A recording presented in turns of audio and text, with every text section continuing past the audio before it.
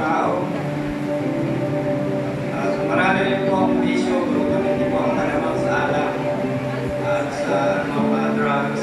Pero isa rin po akong mapakasinungaling dahil sa akin na mga bagay na ginagawa na hindi pagkatapat sa akin na ginagawa. Tunay na dyan po ang ulo kami pagsasama, lagi po kami nag-aaway.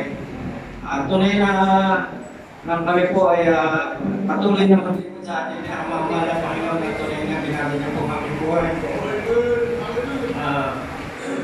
Maraming salamat po sa ating mga Panginoon na patuloy niya po kami pinangahawakan mula noong hanggang ngayon. Diyan ang gabay patnubay ng ating mga Panginoon dahil sa araw-araw na aming pagpasok sa aking trabaho.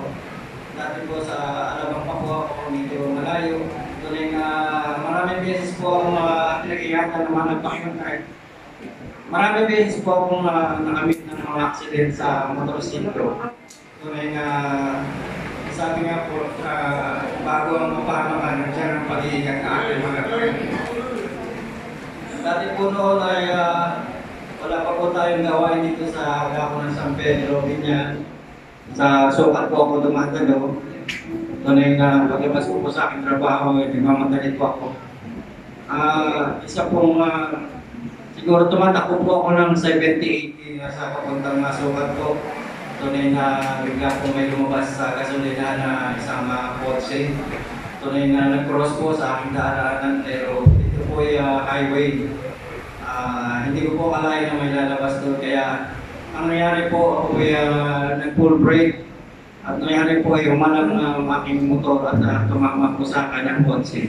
Dalawang pinto po niya, yupe.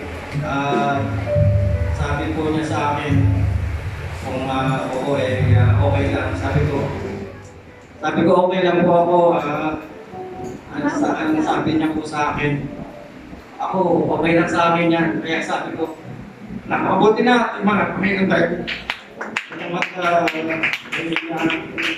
nabangga ako po siya, wala po akong binayaran, wala po akong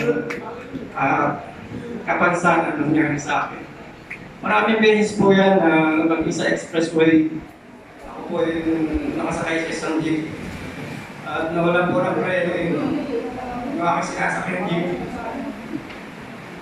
At nag-declare po yung driver, wala pong preno.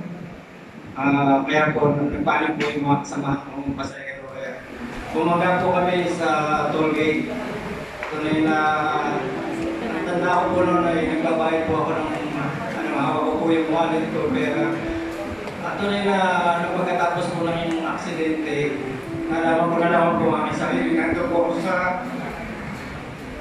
sa gutter po, nakaupo. Nakaramdaman ko po yung aking sarili. Wala po akong gasgas, wala po akong mabali. Kaya dahil talaga ang maiingan ng mga kasamahan. Marami pong nasugatan. May balihan naman pero ako pinag-ingatan na ako pinag-ingatan. Kaya napakabuti pong magbigay sa akin. Sa araw-araw ng ating buhay, sa mga pandemic, nandiyan na hindi niya po talaga tayo pinabayaan natin niya ang mamamalay ko.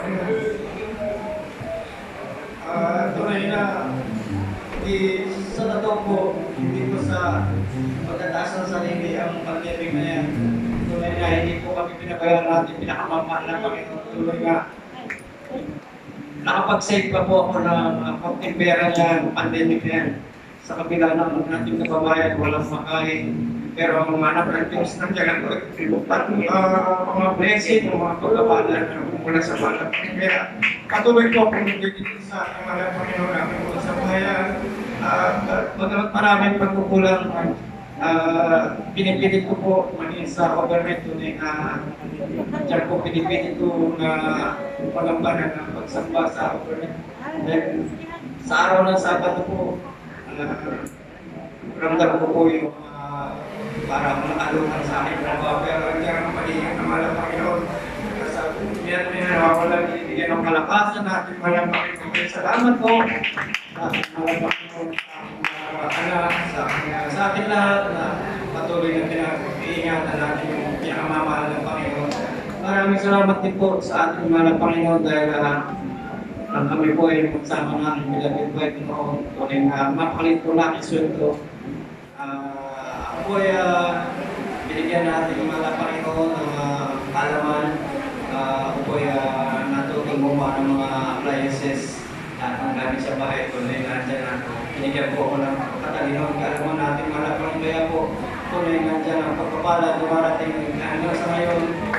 Tuloy-tuloy yung pagpapala natin malapang ng hindi po kami pinabayaan sa financial. Magdalagin sa lahat sa spiritual. Kaya po ang lahat ng papuri, pasasalamat pagsamba ay tanging sa ating pinakamamahal na pag-iskola.